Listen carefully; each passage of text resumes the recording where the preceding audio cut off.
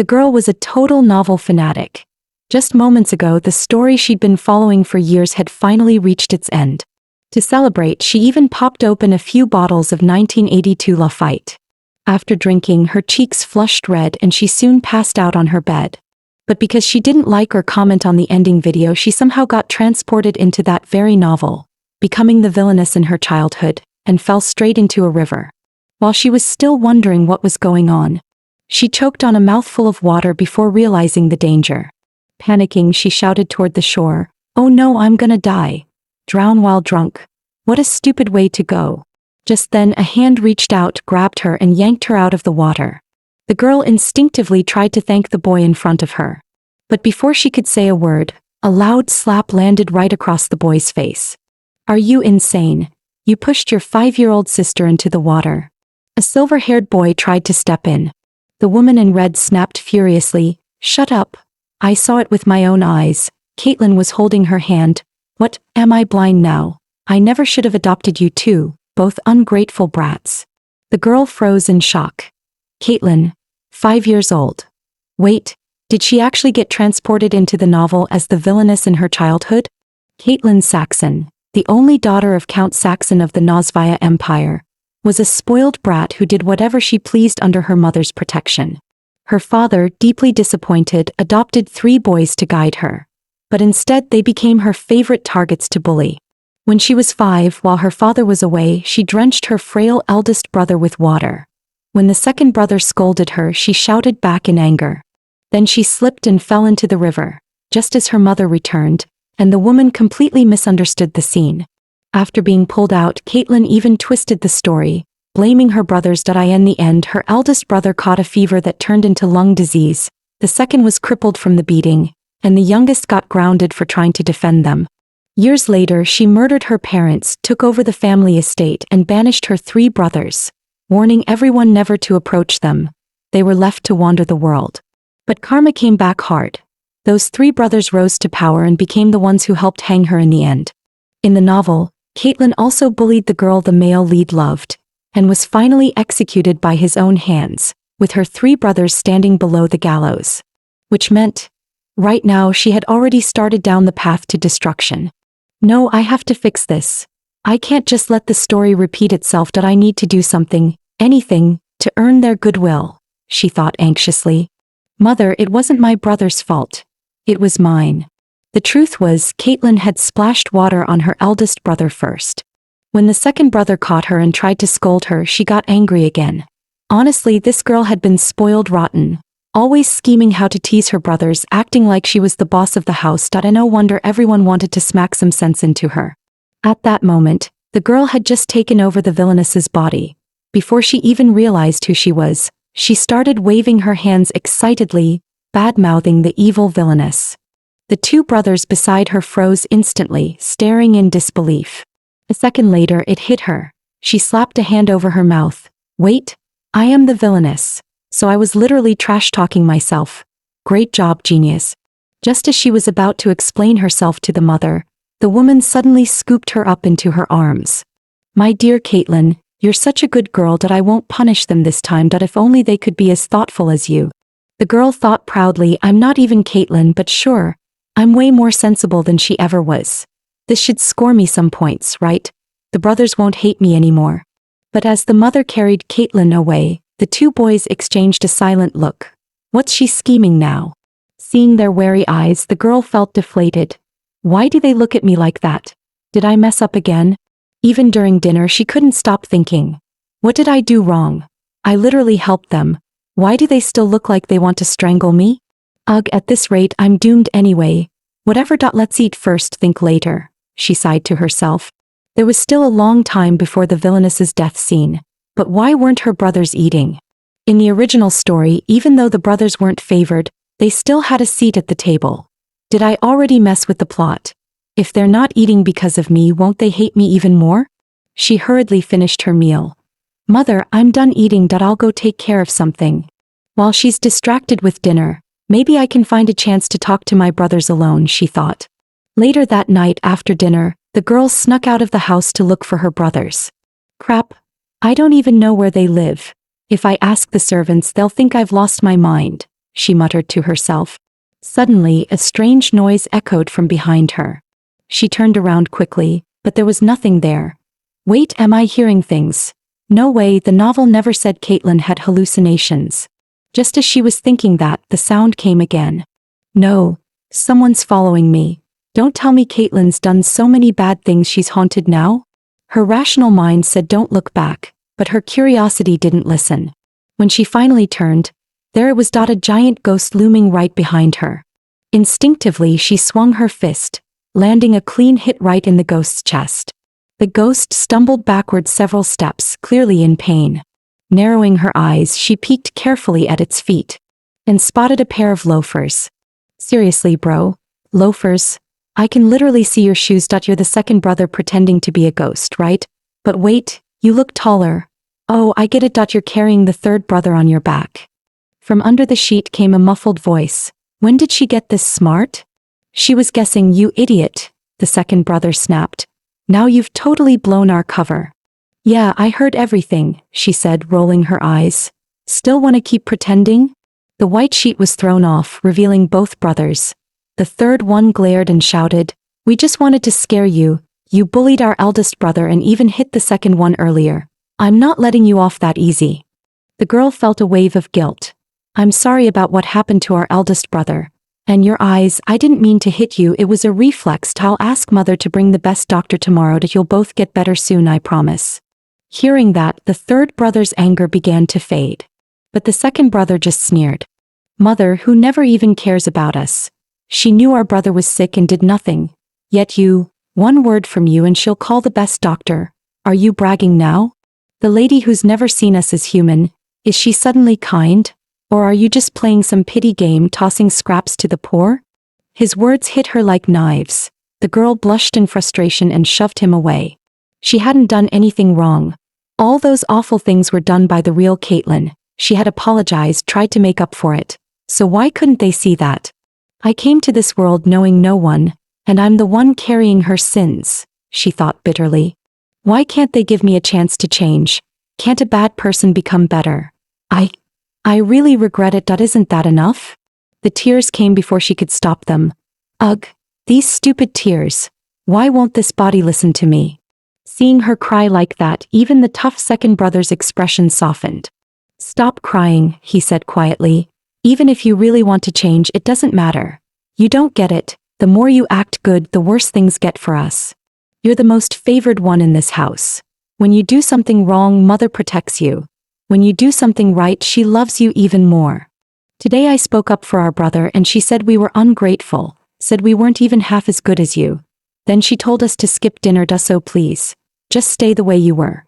Maybe then father will at least take our side out of disappointment. The girl stood frozen, stunned by his words. How could this be? She had tried so hard to make things right, but somehow only made it worse. So no matter what I do, good or bad, it'll hurt them either way. Then what am I supposed to do? Just then a fancy carriage stopped in front of them. The door opened and a handsome, dignified man stepped out. It was none other than Caitlin's father, the Count of Saxon. The girl's eyes sparkled the moment she saw him. Wow, so young, so dazzling. No wonder he's my dad. Without thinking, she ran up and hugged his leg tightly. Daddy, I missed you so much. Did you miss Caitlin too? But the Count only stared down at her coldly, saying nothing. The girl blinked in confusion. Come on, even if he didn't like Caitlin in the novel, he can't be this cold to a cute, clingy little girl like me, right? Then his hand finally moved. She grinned to herself. There it is. He's gonna pat my head, right? Or hug me maybe? Instead, the Count's face darkened and he suddenly shoved her away. Don't think I don't know what you've done lately, arrogant and shameless, completely unrepentant. Then he turned to the Duchess beside him, shouting, your constant spoiling is destroying her. Don't let me see her again, she needs to reflect on her behavior. Caitlin sighed helplessly. My dad's scary. But to be fair, the original me really did screw up. Still, he's so handsome, I can't even be mad. Guess I'll just have to win him over somehow. He's been in his study since coming home. Maybe I can bring him some tea and apologize that I'm only 5 years old. This is all I can do anyway. She practiced in front of the mirror, adjusting her smile. This morning's one wasn't cute enough.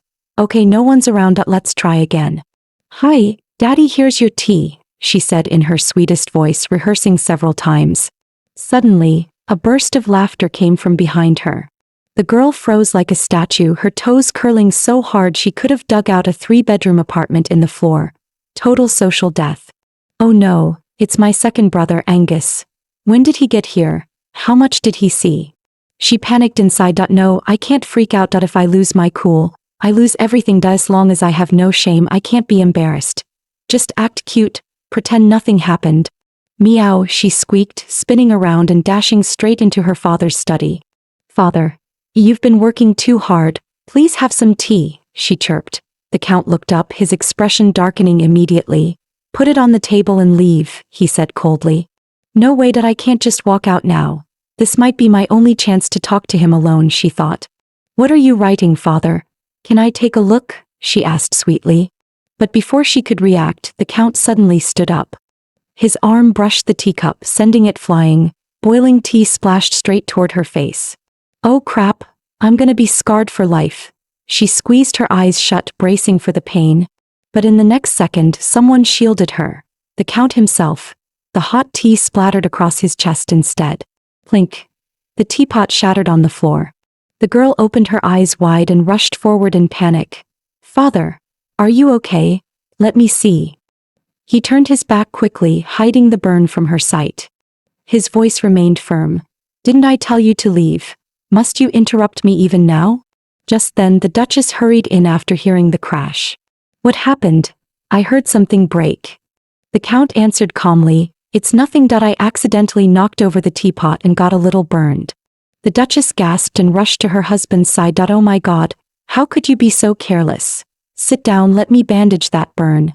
Seeing her mother arrive, the girl realized she'd only be in the way. She quietly slipped out of the room. That night she stood alone on the balcony, staring up at the sky.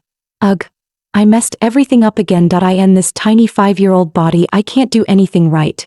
Why did I have to be the one to get stuck in this story? Is this karma for roasting the Villainous so hard online? She sighed again. If this were a drama, I'd just die and poof, back to my world. Maybe I should try jumping. No? What if I don't die and end up paralyzed? Yeah, no thanks. Just then she noticed a few fireflies rising from the garden below, their soft glow dancing in the night. It was the first time she'd ever seen real fireflies. Entranced, she reached out a hand to catch one. Meanwhile, her 2 brothers were walking down the corridor, heading to report their studies to their father. The next second, they spotted their little sister standing dangerously on the balcony railing. Thinking she was about to jump, both shouted in panic, Caitlin, don't do it. Startled by the sudden voices, the girl lost her footing, her body tipping forward into the open air. The brothers' eyes widened in horror as they sprinted toward her. At the last moment, the second brother grabbed her ankle, shouting, don't move, I've got you. The eldest joined in, gripping her arm, both of them yelling for help. Hearing the commotion, the Count and Duchess rushed out of the study. When the Duchess saw the scene before her, she froze in terror. What are you doing to Caitlin? Pull her up this instant or I'll have you both punished. The brothers' faces twisted with disbelief and frustration. Once again, their mother blamed them without even asking what had happened. And at that moment, deep inside the second brother's heart, a dark seed of resentment began to grow. In the next instant, the second brother's grip loosened. Caitlin's small body slipped free, falling straight from the balcony. The Count and Duchess froze in horror, their faces draining of color. As she plummeted, the girl reached out helplessly, crying out her brother's name. Realization struck the boy like lightning. What have I done? Without thinking, he leapt from the balcony after her. Just in time, he caught her hand mid-air.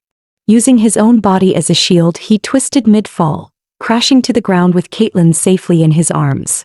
The family rushed downstairs. The Duchess dropped to her knees, clutching her daughter. My baby, are you all right?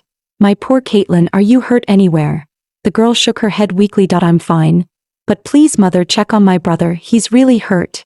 Instead of concern, her mother's face twisted in fury. He deserves it. How dare he treat you like that? The eldest quickly held his wounded brother close. Mother, please calm down. Angus's arm is broken. We need a doctor. A doctor. For him. She snapped. He doesn't deserve one. If he died, it would have been better. No one who harms Caitlin deserves to live under this roof. The girl stared at her mother in disbelief. Mother, what are you saying? He got hurt trying to save me. But the Duchess ignored her completely, shouting at both boys, you filthy strays. You'll never be equal to my Caitlin. If she so much as coughs, I'll make you both pay. And in that moment the girl finally understood. This was where the Villainous's cruelty had come from. She took a deep breath, trembling but resolute. That's enough. How could you say that? Angus was hurt saving me. He's only 8 years old. How can you be so cruel? Do you really think this will make Caitlin a better person? The girl snapped, slipping back into her reader mode. That it's because of your favoritism that I became who I was. That's why my brothers acted that way toward me. It's all our fault. You still don't get it, do you? Her mother was stunned, speechless for the first time, and quickly changed the subject. Caitlin's been frightened enough. Let's just call the doctor. The Count and the brothers exchanged glances. The two boys were stunned. She had actually stood up to their mother for them. The Count, meanwhile, thought quietly, my daughter really does seem different now. Back in her room, the girl sat on the bed, replaying the events. Weird. I was the one who fell first. How did my brother manage to grab me in time? That doesn't even make sense. And falling from that height, we only got a few bruises. Don't tell me there's superpowers in this world too. She was lost in thought when a soft knock came at the door. I have something to tell you, came her eldest brother's voice. I want to apologize on Angus's behalf. He didn't mean to let go. He panicked when mother shouted at him.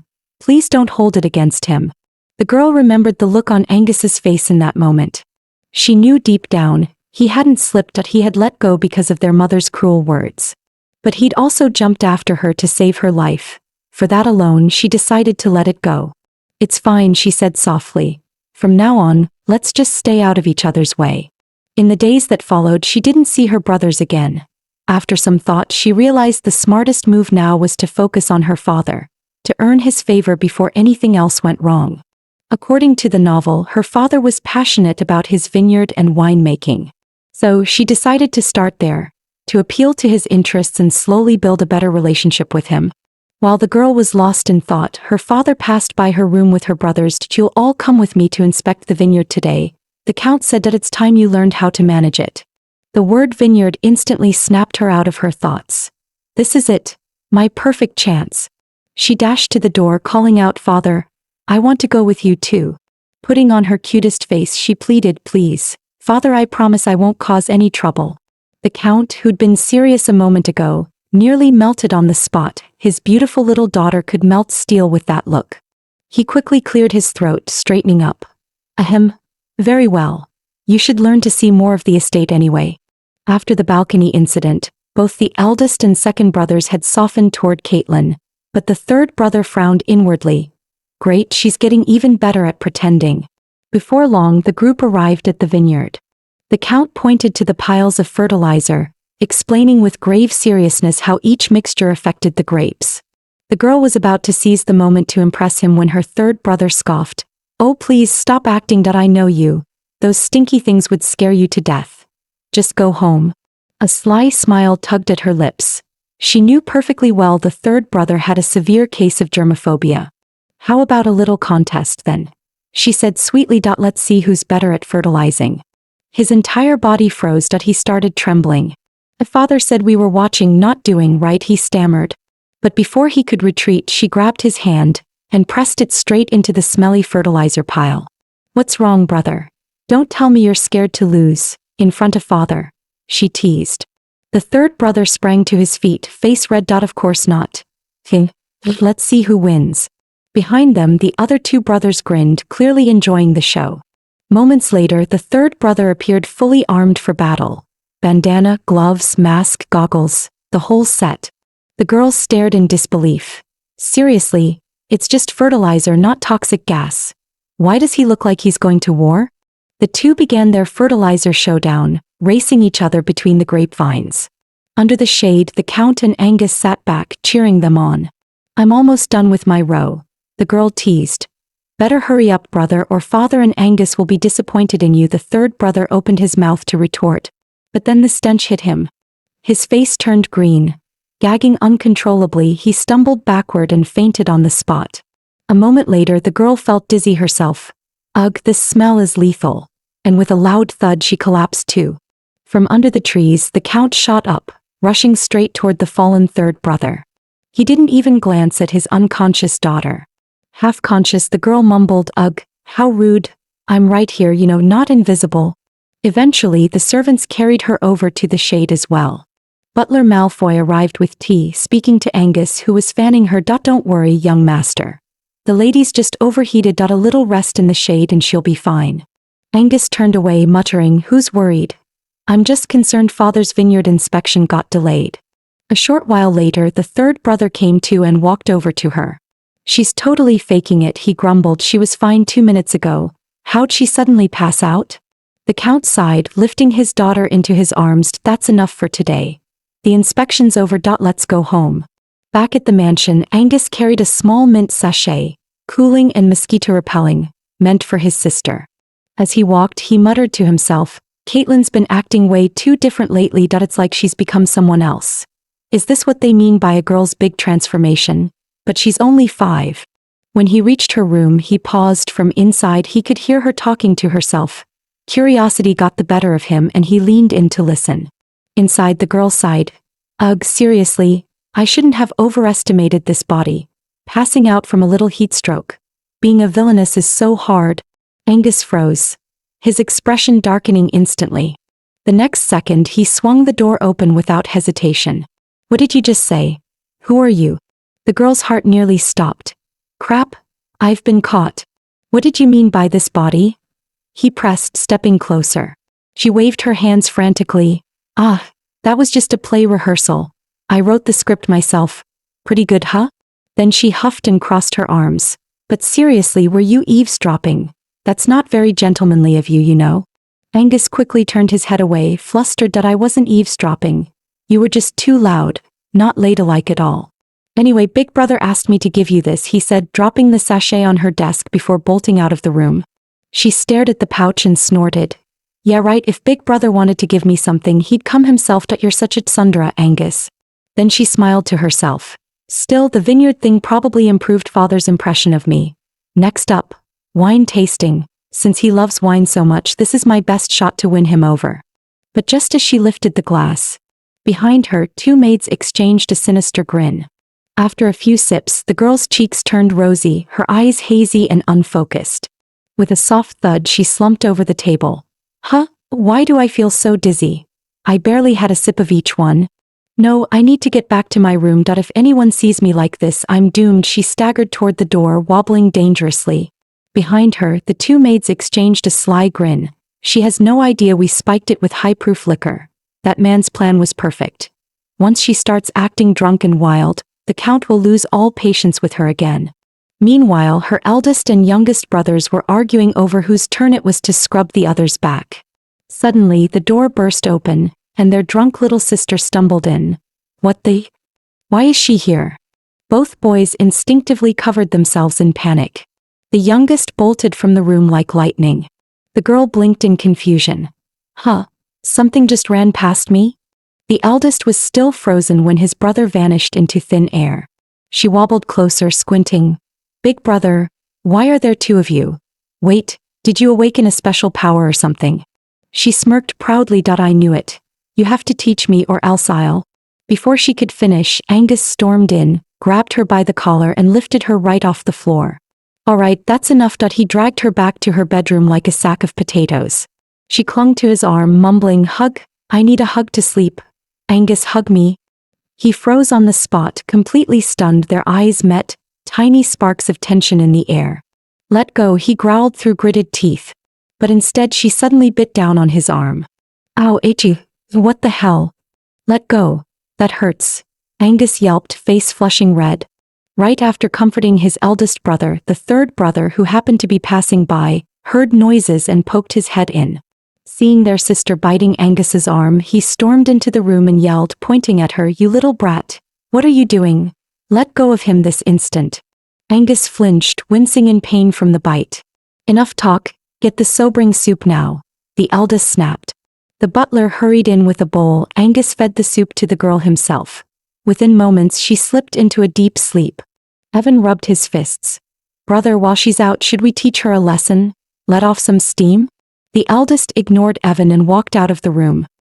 He stopped at the wine cabinet and sniffed a few bottles thoughtfully. A maid hovered behind him, overly solicitous. "Second young master, what are you doing here?" she asked. He glanced back coldly. "Nothing. Caitlin got drunk today. I kind of enjoyed that. I'm thinking of slipping something else into her drink. Any suggestions?"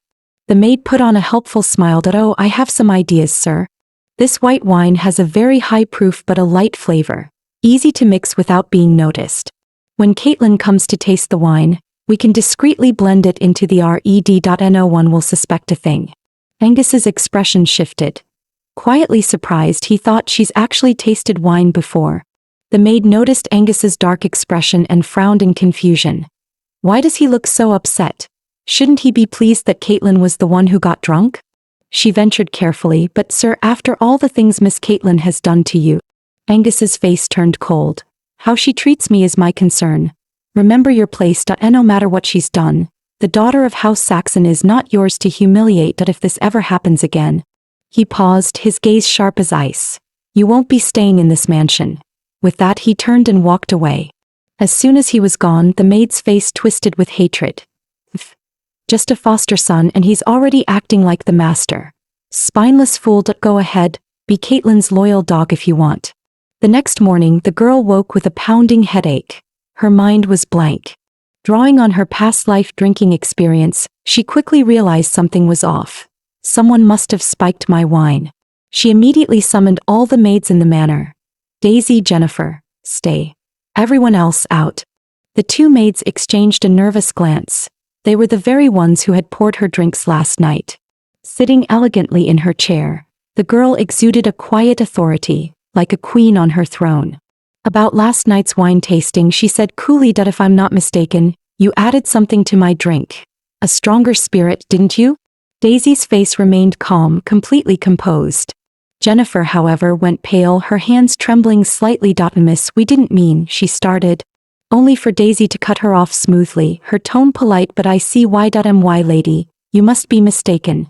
Nothing of the sort happened. She didn't run to mother to report and punish us. She came to question us instead.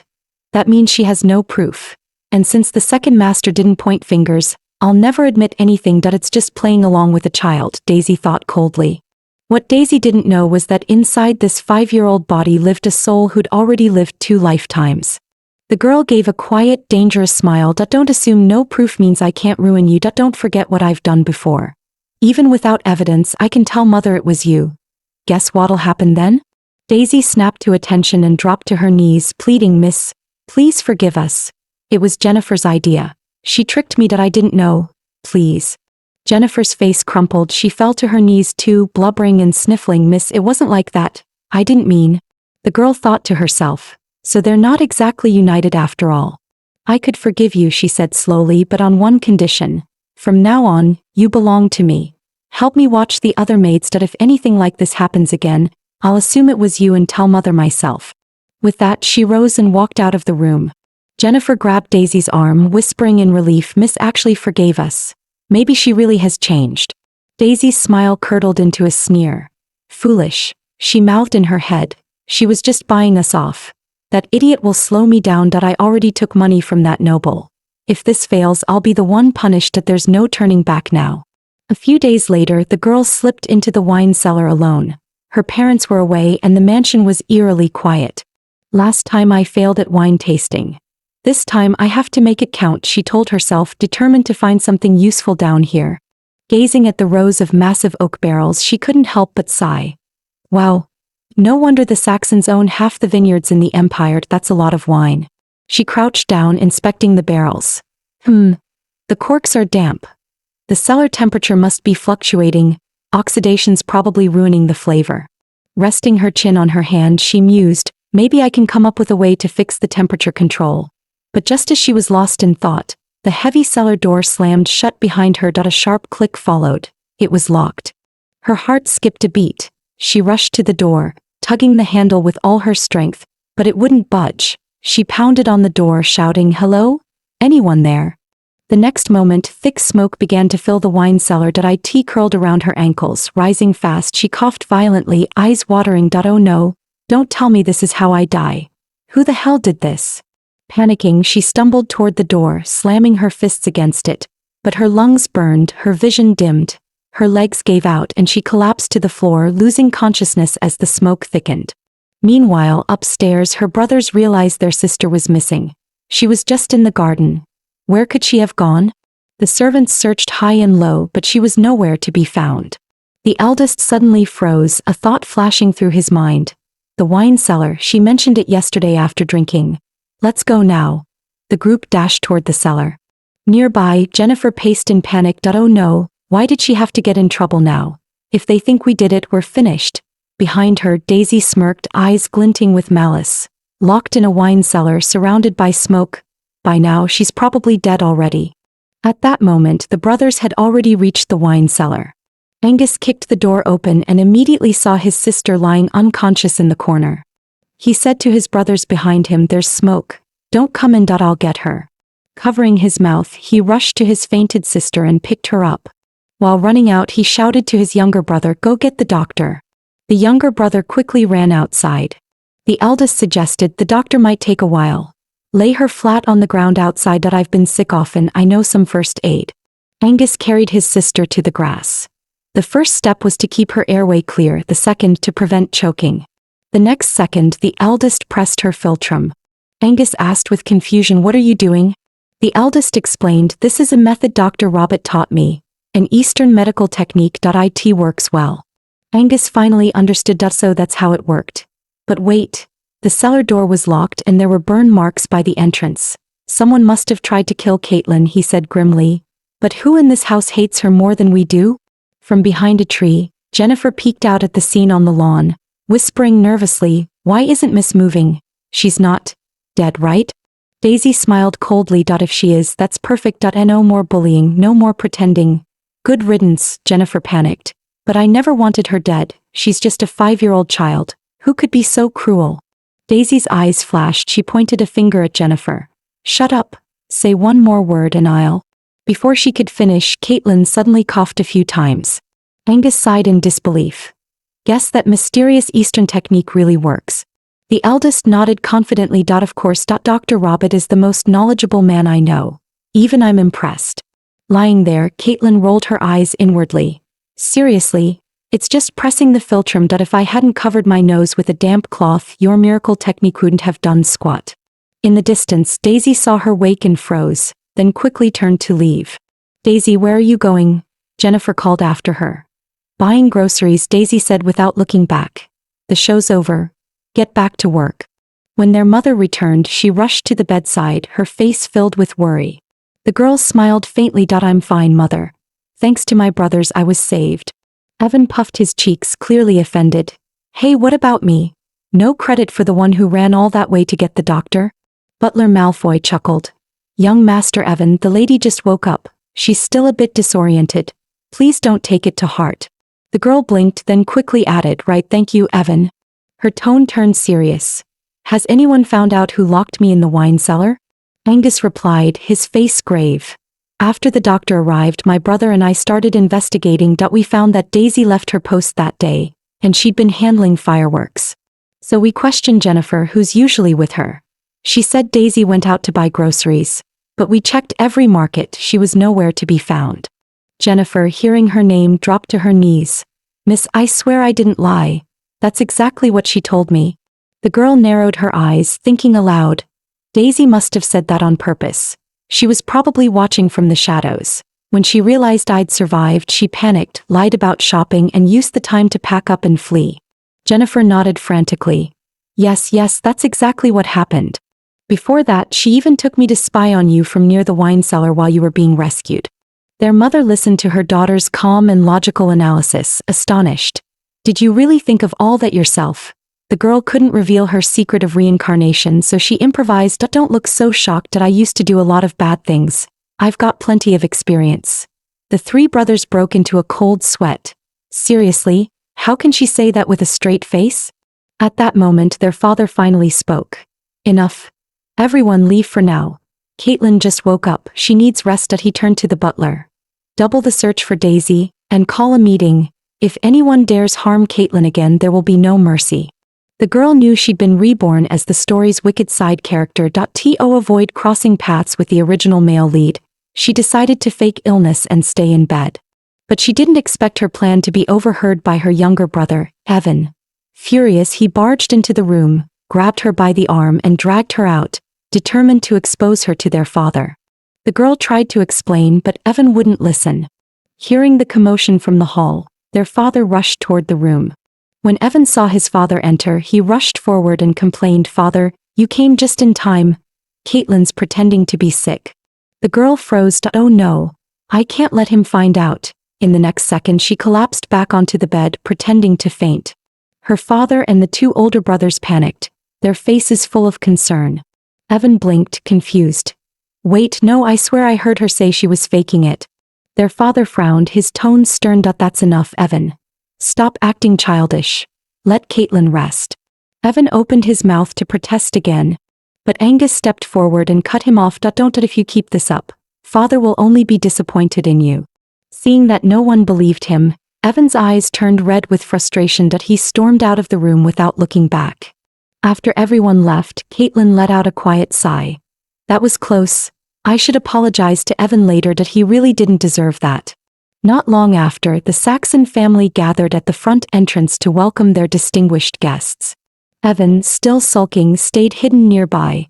Their mother was about to speak ill of him, but father cut her off with a stern look. Soon, a grand carriage arrived and stopped before the mansion. 3 figures stepped out. It was Duke and Duchess Morwen, and the young Duke Cyril, the very male lead from the original story. Count Saxon quickly led his family forward to greet them with proper courtesy. The Duke and Duchess returned the greeting warmly, exchanging polite formalities. But young Cyril found the adult small talk unbearably dull. After the introductions, he slipped away, eager to wander through the garden on his own. Unaware, a pair of sharp eyes followed him from the shadows. Evan's. Evan hurled the butterfly brooch he'd stolen from his sister straight at Cyril's head. The young Duke winced in pain and turned around sharply. On the ground lay a delicate butterfly pin, glittering faintly in the sunlight. He picked it up, examining it closely. It was clearly something a young lady would wear. Just then, Evan stepped out from behind him. "Lord Cyril," he said smoothly, "I recognize that piece. It belongs to my sister Caitlin." Cyril's expression darkened. "Your father should discipline her properly," he said coldly before walking away. Evan watched him leave, a twisted smile creeping onto his face. Attacking a young duke. That's a serious crime. Let's see how you get out of this, stupid girl. Later at the dining table, the Duke and Count Saxon were deep in discussion about family affairs. Cyril entered the room holding up the brooch. "Count Saxon," he said, "do you recognize this? Your son Evan told me it belongs to your daughter, Caitlin." The Count frowned as he looked at the item in Cyril's hand. "Yes.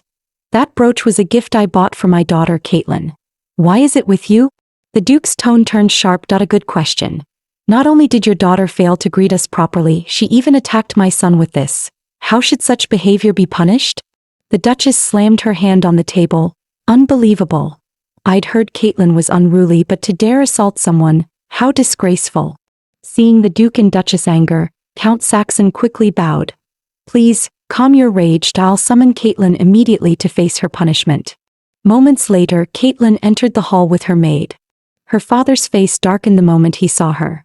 "Neil, you've gone too far attacking Lord Cyril in secret." Caitlin blinked in confusion. "What? I didn't attack anyone." Cyril stepped forward, holding up the brooch. Still denying it. "The weapon's right here." Caitlin stared at the familiar ornament, her brows knitting together. "That's strange. I left this on my bedroom table. How did it end up being a weapon?" Then her eyes caught Evan's smug expression in the crowd, and in that instant, she understood everything. Just now, Evan accidentally overheard that his sister was faking her illness and tried to expose her in front of their father. "So it was all to get revenge on her," the girl said, standing up calmly. "Lord Cyril, your grace, Duchess. Though all the evidence currently points at me, even a court must hear the suspect's defense. Please allow me to speak in my own defense. Lord Cyril, please tell us exactly what happened when you were attacked." Cyril replied truthfully, "I was walking in the garden when a jeweled brooch hit the back of my head. Then Evan came out and said he saw it fall. He claimed it was thrown from your window." The girl smiled. "If that's the case, it couldn't have been me. That jeweled brooch is heavy and jagged that if it were thrown from my third-floor window and hit the top of your head, it would have done serious damage. Besides, if it were thrown from above, how could it land precisely on the back of your head? Also, Evan went into my room today and after he left the brooch was missing. My maid Jennifer can testify to that. So there is only one truth. With the accusation turned toward him, Evan spun and fled outside. The eldest and second brothers moved to pursue, but Count Saxon stopped them. Do not chase him. Turning to the Duke, the Count said, rest assured, I will punish Evan and give you and Lord Cyril a satisfactory answer. The Duke, unwilling to meddle in another family's affair, simply said he would take his leave. As he turned to go, Cyril looked back coldly. I'll remember you, Caitlin Saxon. The girl froze. Oh no. Is the story really heading the same way as the novel? Back in her room, she sighed gloomily. I've somehow provoked Cyril again. How can I keep him away this time? Just then her maid Jennifer burst in. Bad news. The third young master ran away from home after the argument. The Count's furious and has everyone out searching. Caitlin sighed helplessly. That brat? Always making trouble. It's dark already and he's still hiding somewhere. Still, she decided to help. After all, she was partly to blame. At the mansion gate, her father was organizing the search party. Caitlin walked up to her second brother. It's partly my fault he ran off. Let me come with you. He hesitated for a moment. But before he could refuse, she grabbed his wrist. Come on, don't waste time. The sooner we find him, the better for everyone. But the moment they arrived, the girl regretted it. The forest around them was dark and eerie. She shivered instinctively. Angus glanced sideways at her. What's wrong? Scared already? I told you not to come, you'll just slow us down. The girl opened her mouth to argue, when a rabbit suddenly darted past her feet, making her jump out of her skin. Angus smirked. Coward. It's just a rabbit. He pouted, staring at his back. Humph, acting all cool again, aren't you? The two kept searching through the woods until they suddenly heard Evan's voice. They followed the sound, and found him sitting in a pit, both legs injured. Angus, help me. I think my legs are broken, he cried. Angus decided to climb down and dress his brother's wounds, telling his sister to run for help. The girl hesitated. She was terrified of walking alone in the dark. Seeing her fear, Angus said curtly, fine. Then you stay here and help him. Can you even get down there? She hesitated for a second, then nodded. I'll do it. You go find help. Angus gave her a quick look, then ran off in the opposite direction. The girl carefully climbed into the pit, but slipped halfway and fell with a thud. Oh, she groaned. Evan yelled, furious, you clumsy idiot. Were you trying to crush me or what? The girl snapped back, oh please. If I weren't here saving you, I wouldn't have fallen at all. Stop whining, I'll tear some cloth to wrap your leg. Evan huffed stubbornly. I don't need your help. I'll wait for Angus to come. She crouched beside him, speaking softly like to a child. All right, my bad for faking being sick before. I'm sorry, okay? But if you don't get that leg wrapped soon, you'll end up limping forever. Evan finally relaxed, his defensiveness fading. But then, out of nowhere, a huge bear's head appeared above the pit. Both of them froze, not daring to breathe. The girl's heart pounded, but she forced herself to think. Bears hate fire. She quickly lit a branch and waved it toward the beast. Hurry, bandage your leg, she whispered. The smell of blood will just make it worse. Evan obeyed, wrapping his wound as fast as he could. The girl stood protectively in front of him. Stay behind me. If it jumps down, I'll hold it off. Evan stared at her, trembling back, a wave of guilt washing over him. She's actually risking her life for me? Sorry, he murmured. The girl didn't catch it and turned to ask, but before she could, voices echoed through the woods, calling their names. Their father and the search party had arrived. She quickly shouted, light the torches. Now. The bear, startled by the flames and the crowd, grunted once and fled into the forest. Seeing the bear retreat, their father quickly ordered the servants to rescue the children. The girl exhaled in relief. That was close. A few seconds later and I'd have been bear food. Days later, under a clear blue sky, she swung lazily on the garden swing.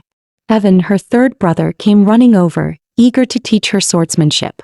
She thought to herself, learning to fight might help me survive next time, and immediately agreed. Just as she turned to change clothes, Angus grabbed her arm. Not today. You're coming with me and father to inspect the vineyard. She hesitated. She had just promised Evan to train. Evan caught her other arm. No way. Caitlin promised to practice swordplay with me first. The two brothers glared at each other. I'm the older one that you listen to me. I'm the younger one. You can't bully me. Watching from the shadows, their eldest brother saw everything. Angus gets to go with father. Evan gets to spend time with her and train together. And me? I'm just the weak, useless one. That night, he slipped quietly out of the estate, determined to train his body by running under the moonlight. The girl had noticed his strange behavior recently, so she followed him in secret, to find out what he was really up to. But when she saw her brother running alone in the middle of the night, her face turned pale. He's crazy, he'll collapse like this, she shouted, rushing toward him. Her brother turned around, startled, to find her standing behind him under the moonlight. Without hesitation, she grabbed his arm. Why are you out here running? The doctor told you to rest. Your body's weak. You even caught pneumonia because of me last time. You'll die if you keep this up. Please come back with me. She tried to pull him back. But he yanked his arm free, shouting, You don't understand. I'm useless. A complete failure. Her tone softened, eyes full of worry that you're not a failure. You just need time. Brother, do you trust me? I, Caitlin Saxon, swear on my life, you'll become someone great, someone the world remembers. Before she could finish, he cut her off, voice trembling. Wiping away tears, he whispered, I believe you. Meanwhile, the Count was taking a quiet walk with butler Malfoy. Caitlin's changed a lot lately, the Count mused. Perhaps one day she could even take over the household. Malfoy nodded with a faint smile. Of course, my lord, she is your blood after all. The Count murmured under his breath, My blood? Is she? A thought struck him. By the way, what's the update on Daisy's case? The butler's tone grew grim. That she's dead, my lord. The Count's face hardened. That I see. Keep a close watch on Caitlin. Whoever was behind Daisy is ruthless. They won't give up easily. Time passed swiftly. Caitlin grew closer with her brothers and began to earn her father's trust. Even her mother's favoritism started to fade. The mysterious figure who once manipulated Daisy had gone silent, for now. Caitlin grew up safely, and soon came the day for her to enroll at school. She was both nervous and excited. Her brothers comforted her, smiling. Don't worry, we'll be there. No one's going to mess with you. Caitlin grinned brightly. Thanks, brothers. The next moment, a girl in a pale blue dress walked past her. Caitlin recognized her instantly. It was Emily Cook, the heroine of the original story. In class, the instructor was teaching them noble etiquette. Emily sat straight and poised, while Caitlin sneaked glances at her. Oh my gosh, she's adorable. I have to find a way to talk to her. Don't judge me, I'm her mom fan. My precious daughter, let mommy love you. Hold on to your leg and fly together. When class ended, Caitlin was thinking up excuses to start a conversation. But then two girls swaggered over and started bullying Emily. Emily, your hair's fake, isn't it? No one in the Cook family has that color. Emily tried to explain, it's my mother's hair color. One of them, a girl named Liana, sneered and grabbed a handful of her hair. Then let's see if it's real. Emily cried out in pain, catching Caitlin's full attention. What? Someone's bullying my daughter. She stormed over, shouting, What are you doing? Let her go. Liana turned, glaring. And who the hell are you? Mind your own business. I'm the daughter of Count Saxon. Caitlin snapped, glaring. Liana scoffed. Ha, big deal that I'm a count's daughter too. Don't act so high and mighty. Caitlin crossed her arms. Oh really? I'm the only legitimate daughter of Count Saxon, and his heir. Can you say the same? Liana froze, instantly letting go of Emily's hair. Fine. I was just joking around. No need to get so serious. As the bullies walked away, Caitlin hurried to Emily's side, full of concern. Are you okay? Emily smiled shyly. Thank you for helping me. Caitlin grabbed her arm with a bright grin. Don't mention it. From now on, we're friends. Friends? Emily whispered softly. You'll be my second friend then. If you don't mind, maybe we could have a picnic tomorrow after class. I make a pretty good apple pie. Caitlin's eyes sparkled. My daughter's inviting me. She nodded eagerly. Yes, I'd love that. The next day after class, she told her brothers about the picnic. They all looked uneasy. Are you sure it's safe? You barely know her. Caitlin grinned. Of course I know her. She's the heroine, kind, cute, and absolutely adorable. Come on, this is just a girl's thing. You guys stay home, okay? After much persuasion, her brothers finally agreed to let her go on the picnic. But when Caitlin arrived at the spot, she froze awkwardly. Wait. I thought this was supposed to be a girls' picnic. Why is he here? Cyril lifted a hand and greeted her casually. Long time no see. Emily blinked in surprise. You two know each other?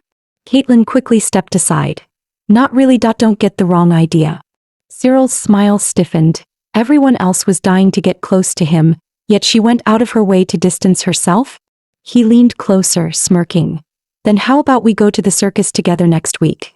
That should fix the not really part. Caitlin's smile froze. Seriously? Why would you say that in front of my precious daughter? Caitlin had been trying to play matchmaker for the main couple, but instead the young duke started showing interest in her. As a die-hard shipper, she was losing her mind. To give the real lead some alone time, she quickly made up an excuse and slipped away. What she didn't realize was that her 3 brothers hiding in the woods completely misunderstood, thinking the young duke was bullying their sister. The 3rd brother was eavesdropping, the 2nd was spying through the bushes, and the eldest was scribbling everything down in his little notebook, already plotting topic of his sister later and give the young duke a lesson. Meanwhile, Caitlin had wandered off to the riverbank to wash her face. My daughter's so adorable. As her loyal mom fan, I must protect her love life. If that young duke dares mess up again, he's done for. But she didn't notice the masked brute creeping up behind her. Each step heavy, each breath thick with danger. The moment she realized someone was behind her, the masked man's filthy hand was already reaching out, trying to shove her into the river. At the last second, Caitlin grabbed his clothes with all her strength, screaming at the top of her lungs, "Help! Somebody help me!" The 2 who were setting up the picnic heard her cries and sprinted toward the river. From afar, her 3 brothers also caught the sound and rushed over. Realizing he'd been exposed, the masked man yanked his arm back, desperate to break free. But his cheap shirt, clearly a bargain buy, tore apart in Caitlin's grip. Panicking, the man turned and bolted into the woods without looking back. Both groups arrived just in time, pulling the soaked Caitlin out of the river. Her 2nd brother couldn't resist teasing, "You really need swimming lessons, sis. Falling into rivers is becoming your thing." Hiding in the shadows, the masked man cursed under his breath, "Damn it," before slipping away, waiting for another chance. The eldest and 2nd brothers held their drenched sister steady, while the youngest eagerly offered, "I'll carry her home." Before leaving, Angus politely thanked the young duke and Emily. The young duke chuckled. "Every time I meet Lady Caitlin, there's always excitement." Angus nearly lost his temper but managed a stiff smile. "You're too kind, my lord. We'll take her home now." Watching him walk away, Emily whispered, "Caitlin's brothers really care about her. If only my own brother weren't so cold." That night, everyone in the manor was fussing over Caitlin's condition. Evan proudly declared, "I was the one who carried her all the way back." Their mother, unusually pleased, praised her sons for their efforts. Caitlin blinked in surprise. Her mother actually praised them? The Count, having heard the full story from Angus, turned to his daughter. "Did you see the man's face?" Caitlin shook her head. He covered himself completely. I couldn't see a thing. She opened her palm and said, "I grabbed his sleeve and refused to let go. When he heard people coming, he tore himself free and ran. I managed to rip off this piece of fabric. Maybe it can tell us something." Her father examined the cloth carefully. "Poor quality, commoner's clothing. Too ordinary to be of much use, I'm afraid." Jennifer glanced at the cloth in the Count's hand and quickly said, "I know this fabric. It's made from broadleaf nettle fibers. The Kibis region south of the vineyard grows plenty of it. Commoners there wear clothes just like this. If we search that area, we might uncover something." The Count nodded with satisfaction and immediately sent men to investigate. But Caitlin's expression darkened. Could it be that mysterious master has started moving again? The next morning, her brothers showed up with bags piled high, fussing over her like mothers. "Drink warm water, eat more fruit, and keep a blanket on if it gets cold." Surrounded by their affection, Caitlin smiled awkwardly. "Come on, it's just a little fever, not the plague. Go home already. People will laugh if they see this." The eldest tried to say more but was dragged away by the others.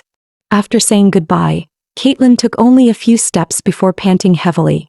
"My brothers care too much. These bags are gonna kill me." Just then, 2 familiar figures appeared. "Caitlin, you must have caught a chill yesterday. I brought you some ginger tea bags. Drink them later, okay?" The ever-considerate Cyril added, And this is medicine from the royal physician. It should help.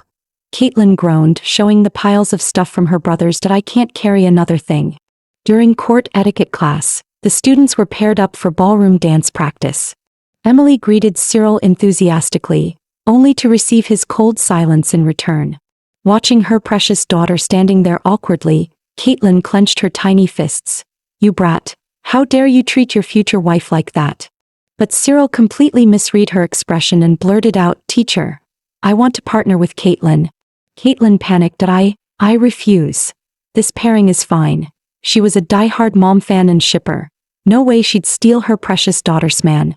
But since it was the young Duke who requested it, the teacher eagerly agreed, completely ignoring Caitlin's protest. As the music began, the two of them started to dance gracefully. Caitlin blushed furiously, unable to meet Cyril's eyes. He frowned at what's with that look. You really hate being my partner that much. Flustered, she stumbled and stepped right on his foot. I was trying not to step on you, idiot. You should be thanking me, she retorted. During the intermission, Caitlin tried to find Emily to explain. But Liana, hiding a small blade, seized the chance to slash open Caitlin's dress. Then she sneered loudly, oh my. Caitlin's dress just fell apart. How embarrassing. Hearing the commotion, Cyril rushed over and immediately draped his jacket around her shoulders. Caitlin froze, her heart skipping a beat. Damn, he looks so cool right now.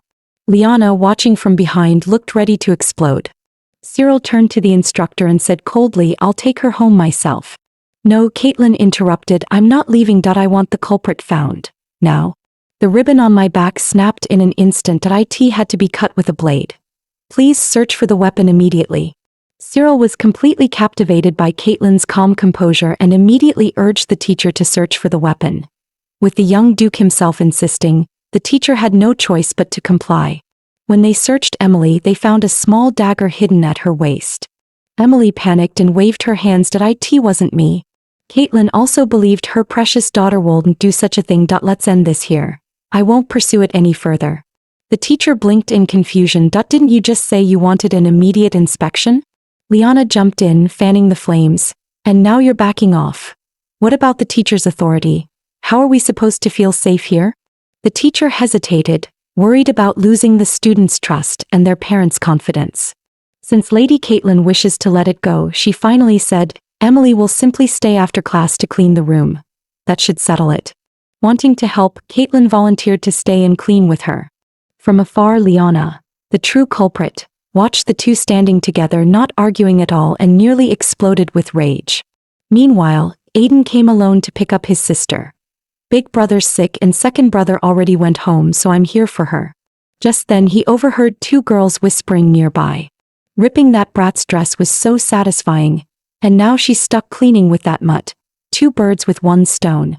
Aiden tiptoed closer, curious who they were talking about. The moment he saw his sister walking with Emily, realization hit him. They meant her. A mischievous grin spread across his face. Oh, so you dared to mess with my sister. Fine. I'll give you both a surprise you'll never forget. That evening, the family was having dinner together. Caitlin looked around but didn't see her eldest brother. Where's big brother?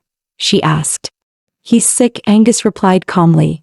Doctor said he shouldn't catch any wind. He's eating in his room. Caitlin frowned in concern. All alone in his room, he'll probably start overthinking again. She hurriedly finished her meal and rushed off toward her brother's room. Watching her go, Angus sighed, pushed his chair back and stood up. Guess I'll check on him too.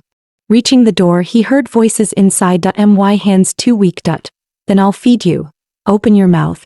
Curiosity got the better of him. He peeked through the crack. Caitlin was gently spoon-feeding her brother. He frowned. Didn't the doctor say it wasn't serious? Why does it look worse now? Then a darker thought crossed his mind. Don't tell me he's faking it. If that's true, then his feelings for Caitlin might not be so simple. The next day, the family went to church for Sunday service. Since Nave was still unwell, he stayed home to rest. Inside the chapel, the family prayed devoutly. Angus, however, kept sneaking glances at his sister. She's really grown up, he thought. How did that happen so fast? Almost unconsciously, he inched a little closer to her. From the other side, Aiden noticed, and immediately leaned in as well. Sitting between the two, Caitlin suddenly felt like she was trapped between two ticking bombs. In the next second, neither of them would back down. They shoved forward and caused a scene. I suddenly can't stand him, one protested. The girl tried to intervene. Stop it. If you keep this up, the priest will kick us out. Unsurprisingly, they were indeed escorted out by the priest. Angus and Aiden endured their mother's scolding while the girl snickered to herself. Their father cut in. Enough. Let's drop this for now. About the person who shoved Caitlin into the water. Those fabric fragments have given us solid leads that if we check each lead, catching him is only a matter of time. Aiden grinned. Good. When we catch him, we'll make him pay and avenge Caitlin. No sooner had he spoken than the masked man reappeared, blade flashing as he lunged at the girl. Before anyone could react, the youngest brother threw himself in front of her and took the blow. The weapon plunged straight into his arm. Angus then sprang forward, quickly subduing the masked man and wrenching his arm. The Count moved to help as well. The man, eyes wild, screamed at the girl, "Let me go. I'll kill her. I'll kill her for sure." Aiden, clutching his wounded arm, shot back, "Are you mad? What did Caitlin ever do to you?" In an instant the man burst into tears. "Because she killed Daisy." Angus's face went cold. "And no wonder we never found her. She's dead?" The Count pretended not to understand. "What did you say? Daisy is dead." The man sobbed, "Don't play dumb. You killed her. Don't pretend to be shocked." Choking on grief, he sobbed, "Poor Daisy. My failure. I, her betrothed, couldn't protect her. I wanted to kill that vicious bitch for her, but I couldn't. I'm useless." The girl snapped back, furious. "You're wrong. I never harmed her. She tried to hurt me first, then ran away in fear. We haven't found her until now." Their mother, bandaging Aiden's wound, seethed. "This man is insane. Look at how deep the cut is." Aiden hissed through his teeth. "He's mad. Blame Caitlin for everything." The man, defensive and hurt, hissed, "You rich people have the nerve, murder and yet act innocent. Someone already told me the truth. You won't fool me." Angus demanded, "Who told you this?" Realizing he'd revealed too much, the man scrambled to change course.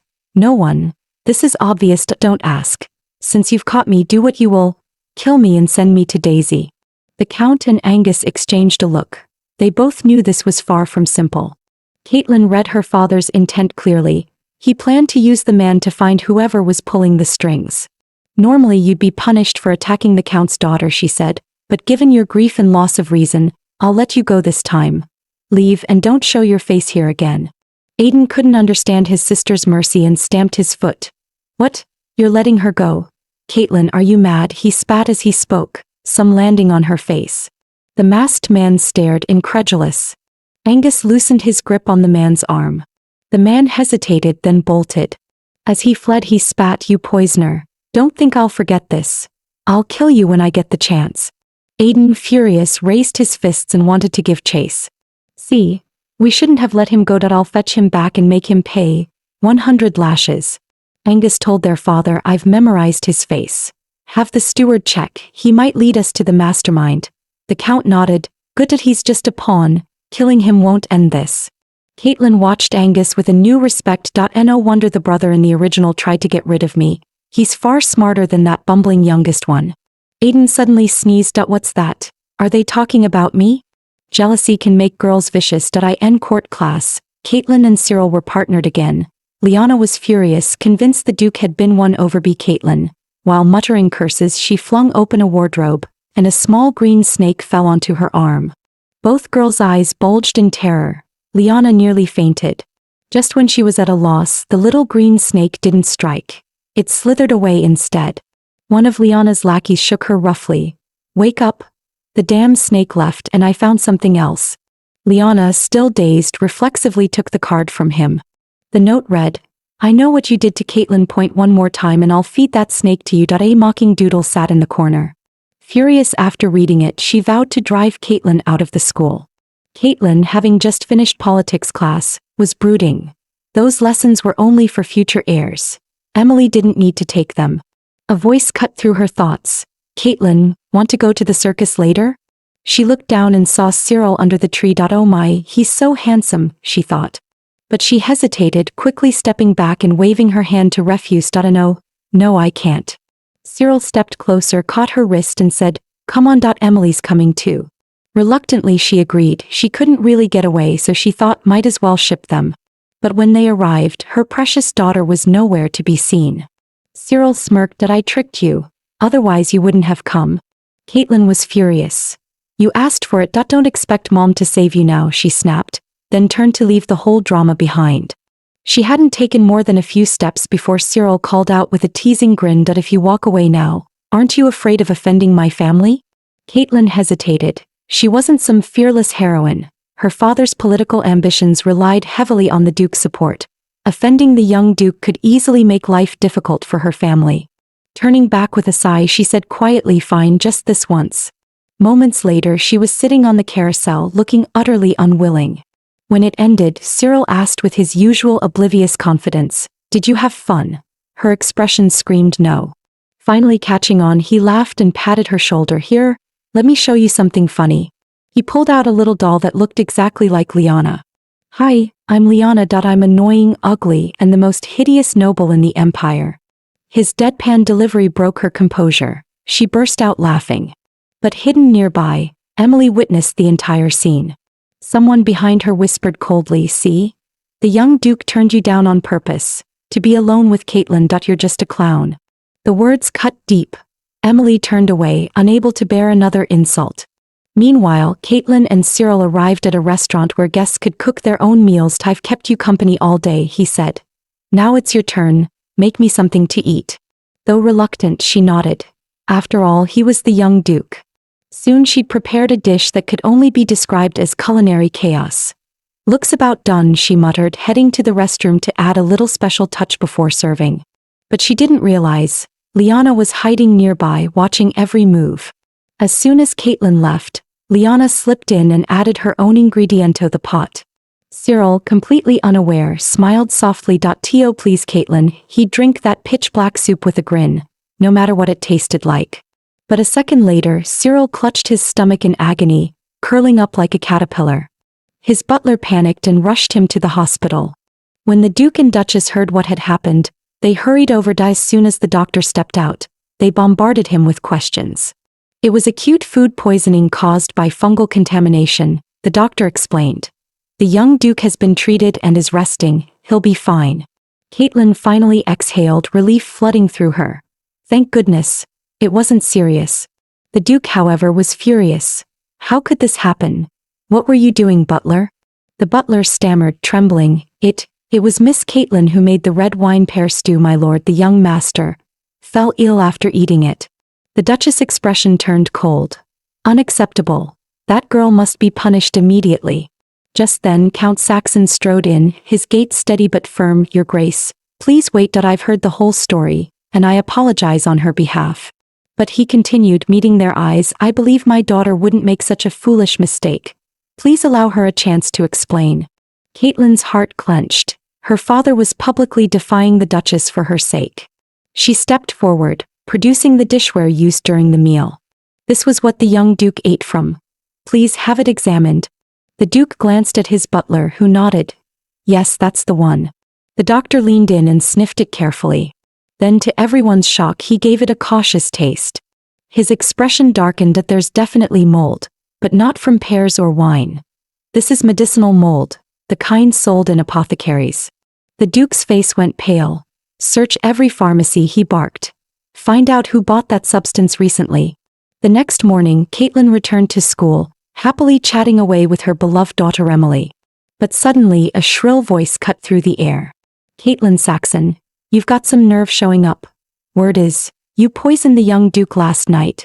Emily froze, her expression instantly darkening. Caitlin panicked, rushing to explain. I thought you'd be there too.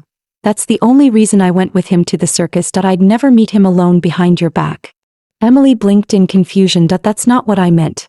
I'm just worried about Cyril. Hearing that her daughter hadn't misunderstood, Caitlin let out a breath of relief. Then let's visit him after class, okay? Behind them, Liana fumed, completely ignored. Just then, several men in dark uniforms approached and bowed slightly to Liana. Pardon the interruption.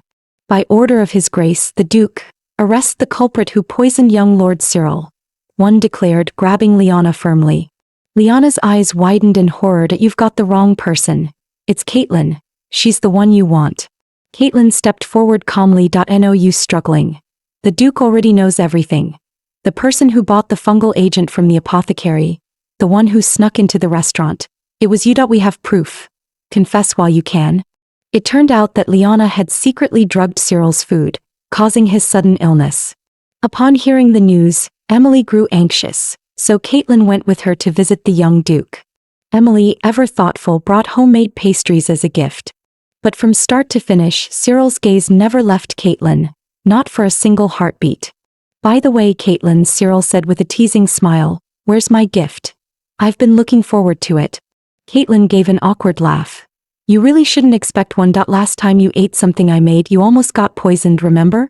Cyril's gaze lingered on her, unwavering. Emily's expression dimmed. She stood abruptly. You two keep talking. I just remembered I have something to do at home. Caitlin started to call out to her, but Cyril reached out to stop her. She said she's busy. Why stop her? His tone was calm, but his eyes carried a quiet possessiveness. Caitlin's patience finally snapped. We're just friends, Cyril. Please keep your distance. Thank you. With that, she turned and ran after Emily. Cyril muttered under his breath, just friends, huh? I don't think so. After storming off, Emily wandered aimlessly, anger and hurt clouding her mind, until she realized she'd lost her way deep in the woods. She spun in circles, panic rising in her chest. Then faint voices drifted through the trees. Instinctively, she followed the sound. Maybe those people can help me find a way out, she thought. But as she drew closer, the words made her blood run cold. Caitlin Saxon isn't that kind. She's using your movements to lure me out. Hearing Caitlin's name, Emily froze and hid behind a tree, peeking cautiously through the branches. Meeting you now, won't that expose you? One man asked nervously. Not at all, came the chilling reply. Because you're about to join Daisy. A blade flashed, and plunged straight into the man's chest. Emily gasped, her hands flying over her mouth in horror. I have to get out of here. Now. Just as Emily turned to run, the black-robed man snapped his head toward her, sensing movement. In an instant he lunged forward, swift as a shadow, and caught up with her. The dagger flashed under the moonlight, slicing through the air toward her chest. Terrified, Emily screamed, "Don't kill me. I can help you get rid of Caitlin." The blade veered off, plunging into the dirt beside her. The man paused, eyes narrowing with suspicion. Emily stammered, "My name is Emily. I'm Caitlin's closest friend. She doesn't suspect me at all. Please spare me. I can pass messages, poison her, whatever you need. Just don't kill me." The man went silent, then sheathed his dagger slowly. Poison her? That's a clever idea. In one sudden motion he gripped her by the throat and forced a tiny black pill down her mouth. It was so small it barely fit on his fingertip. This is a 3-day poison, he hissed. If you don't kill Caitlin by then, the poison will kill you. Emily's heart was still racing, the image of that knife flashing through her mind again and again. Just then Caitlin appeared, breathless. "Emily, there you are." She grabbed her friend's arm. "I've been looking everywhere for you. Someone said you ran into the woods. I was about to call people to help find you." Emily jerked her arm free, her voice cold. "Stay away from me." Inside, her thoughts twisted painfully.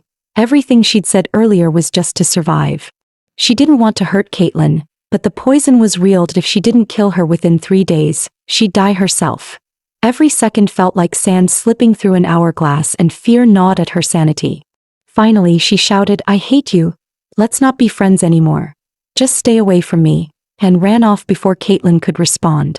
Caitlin froze, thinking Emily must still be upset because of Cyril. Later that night, her brother Navi noticed her gloomy face and said softly, "Come with me. I have something to show you." He brought out a strange glass lampshade, then lit a small candle, and gently placed it inside.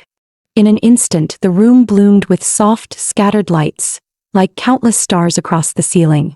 Seeing his sister's bright smile again, Navi thought silently, if only I could keep her smiling like this forever. Caitlin held the lamp close, grinning. "Now I can see fireflies anytime I want. Big brother, you're a genius." In the corridor, Angus stopped her. "You look way too happy. So, did you and Emily make up? Don't ask how I know, just answer me." Caitlin puffed her cheeks in frustration. She'd almost forgotten about that whole mess. Trust her brother to bring it up again. Angus noticed her pout and immediately realized things weren't resolved. He stepped closer, his tone calm but firm. "Do you want my help? I can make the young duke back off, but you'll have to agree to one condition." Caitlin tilted her head, curious. What kind of condition? Don't tell me it's something impossible. Angus met her eyes seriously. It's simple. Whatever happens, you tell me first. Before she could answer, he suddenly pinned one hand to the wall beside her, close enough for her to feel his breath. Her face turned scarlet. That's it? That's your big condition? Angus smirked. Since you said it's too easy, here's another. Study hard. I expect your grades to catch up to mine. Caitlin nearly groaned out loud. Why did I even ask? The next morning she headed to class. The moment she stepped onto campus, Cyril appeared in front of her. Their eyes met briefly. Then he turned away without a word and walked off. Caitlin blinked, stunned. What did Angus do? That worked way too fast. Still, she couldn't help but smile. Guess my brother's got some real skills. Now, time to clear things up with Emily. In class, Caitlin approached Emily, trying to strike up a conversation. But Emily turned her head away, saying nothing. Caitlin wouldn't give up. You're my best friend. I can't just walk away from our friendship. What she didn't notice was Emily trembling from head to toe. The poison inside her had started acting up again. It came in waves every few hours, each stronger than the last, until it finally killed the victim on the third day.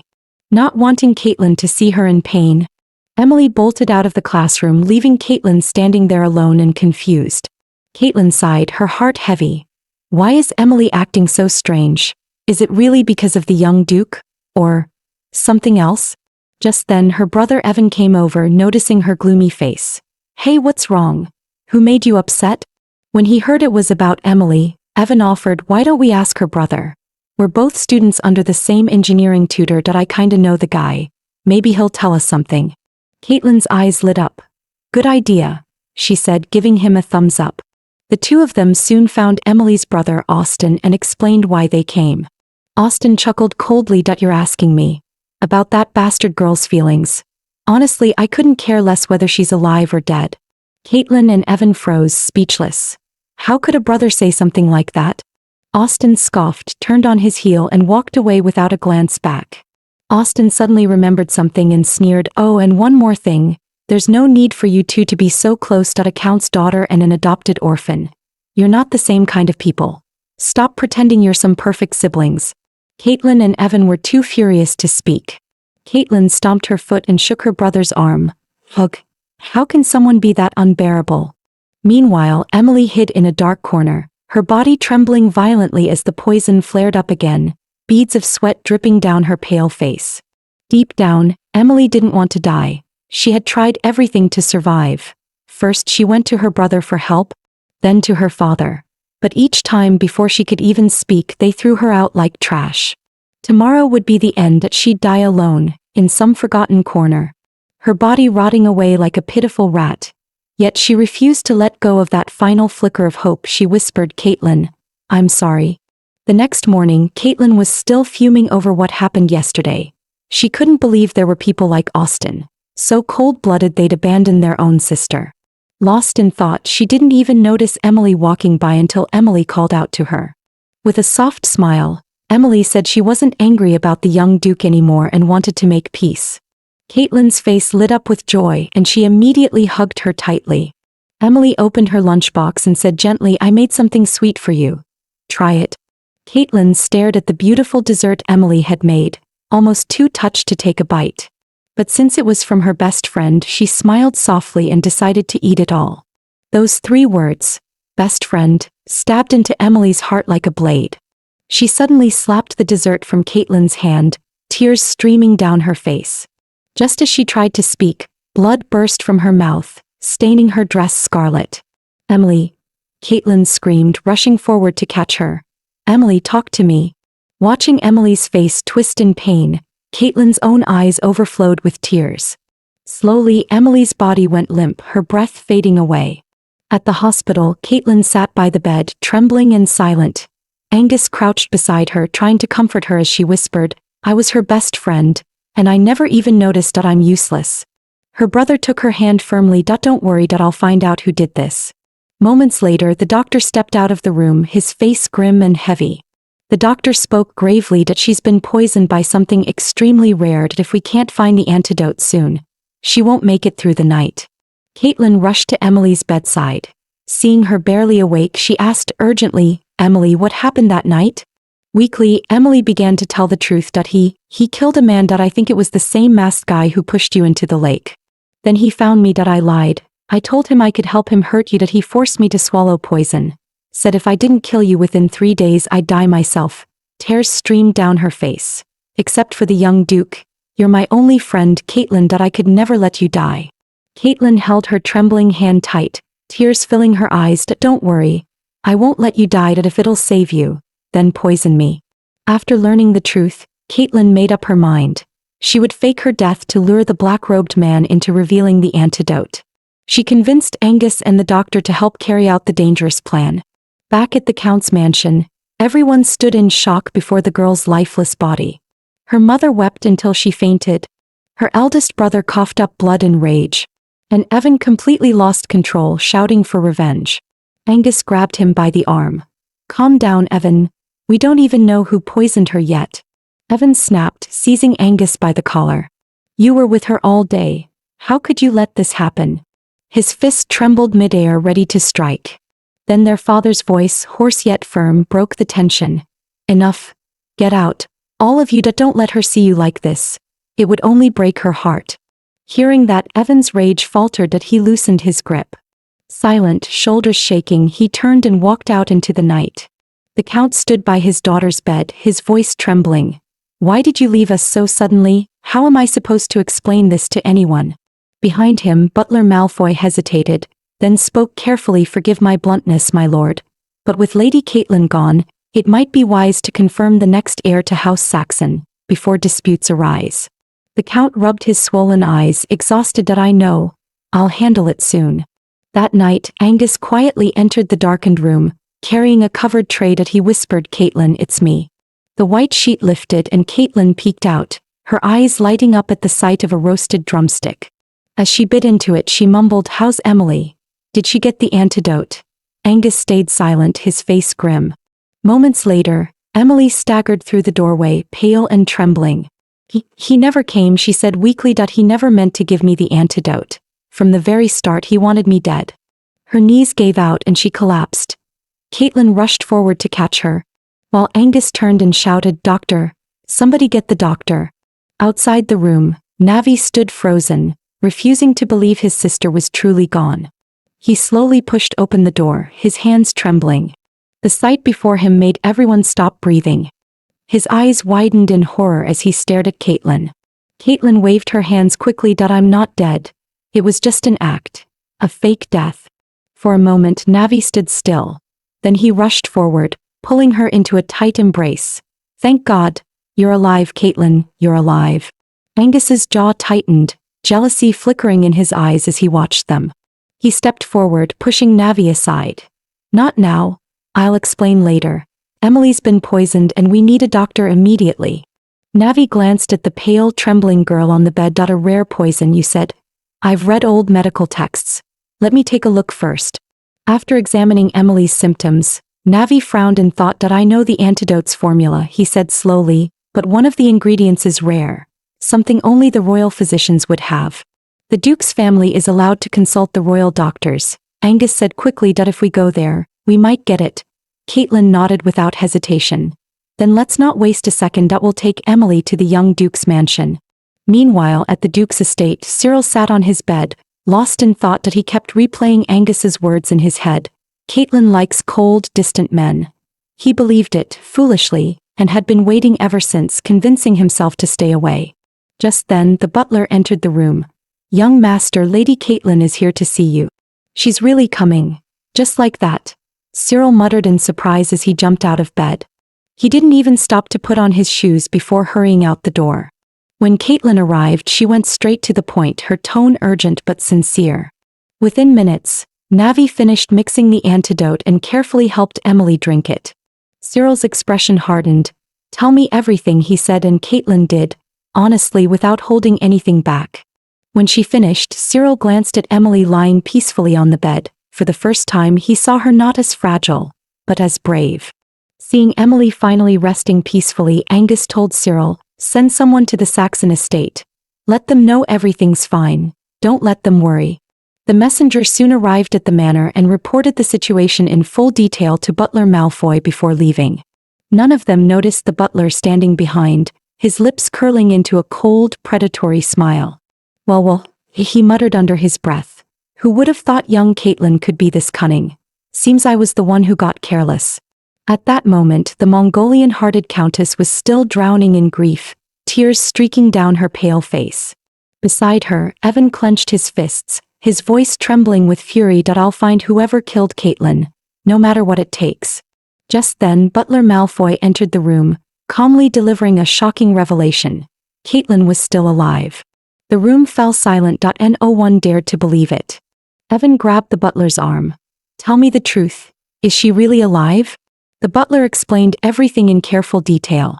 The countess burst into tears of joy, while the count murmured amen as if in prayer. Without hesitation, Evan declared, I'm going to bring her home, right now. On the carriage ride, Butler Malfoy subtly tried to sow discord, suggesting Caitlin might be getting too close to the Duke's family. Evan waved it off, his tone firm. I don't care about any of that. She's alive. That's all that matters. As soon as the carriage stopped at the Duke's estate, Evan jumped out and shouted her name at the top of his lungs. Hearing the familiar voice, Caitlin turned around in surprise. The next moment, Evan rushed forward and pulled her into a tight embrace. Angus blinked in confusion. Why is everyone hugging her today? If I were Mongolian too, could I get a hug? Somewhere else, Navi sneezed. Who's talking about me again? Evan grabbed Caitlin's hand, his voice trembling with relief. Come on, let's go home. Angus sighed beside them. You can say that without holding her hand, you know. Cyril's face darkened. He slapped Evan's hand away. She's not leaving tonight. There's plenty of room here, Cyril snapped. The tension between them spiked instantly and Caitlin broke into a cold sweat. Seriously? Are they really fighting over this? Angus watched the scene with growing irritation, mentally ranking the offenders. Number 1, Cyril. Number 2, Evan. Without another word, he grabbed Caitlin by the wrist. You, with me? He led her to a quiet spot in the woods, smirking. I helped you out a lot today. Don't you think I deserve a little thanks? Caitlin blinked. Wait, your idea of thanks is going hunting? Angus straightened up, speaking with exaggerated seriousness. Of course. Hunting is an essential noble skill. As the Count's heir, you should learn it properly. Caitlin stared at him, speechless, watching him spout nonsense with a straight face. But, I don't even know how to use a musket, she muttered helplessly. Angus suggested, let's start with that stump over there. Watching his sister walk ahead, he couldn't help but smirked. She's way too easy to fool. Caitlin took a stance, aiming carefully. A shot rang out. The bullet sliced past the edge of the stump, missing completely. She sighed. Yep, still the queen of near misses. Angus chuckled, stepping up behind her. He placed his hands over hers, guiding her posture. The warmth of his breath brushed against her ear, turning her cheeks bright red. She glanced back at him instinctively, and only then realized, somehow her brother had grown into a devastatingly handsome man. The sudden bang of the musket snapped her back to reality. Why's your face so red? Angus teased. Caitlin covered her face, stammering. I'm just embarrassed. You've been teaching me so carefully and I still missed the target, she added hastily. Angus smiled, tightening his grip on her hands. No one learns in one go. Guess I'll just have to keep teaching you, like this. Caitlin didn't notice the tenderness in his gaze, soft enough to melt steel. Wanting an excuse to hold her, Angus gently wrapped his arms around Caitlin under the pretense of teaching her how to shoot. The sun melted into the horizon, painting the woods in gold and rose, its glow lingering between the two of them. Back at the mansion, Navi waited by the gate alone, pacing anxiously. He'd searched every hallway and courtyard, but Caitlin was nowhere to be found. Just as worry began to twist his chest, Caitlin finally stepped through the door. He let out a quiet breath and opened his mouth to greet her. But when his eyes caught sight of Angus following close behind her, Navi froze in place, his expression darkening with a swirl of emotions he couldn't name. Caitlin walked up and asked, Big brother, were you waiting for us? What's the matter? Navi smiled, nothing, just waiting for you to have dinner together. Father and mother are already getting impatient. Hearing there was food, Caitlin happily headed toward the dining room. Navi watched her back, his expression turning slightly sad. He took out a jar filled with fireflies. and crushed it in his hand. The next day, Angus once again told Caitlin to train with Aiden. Ever since he learned someone was secretly targeting her, he had been focused on improving her combat skills. While practicing, Caitlin couldn't help thinking that the Academy's play was coming up soon.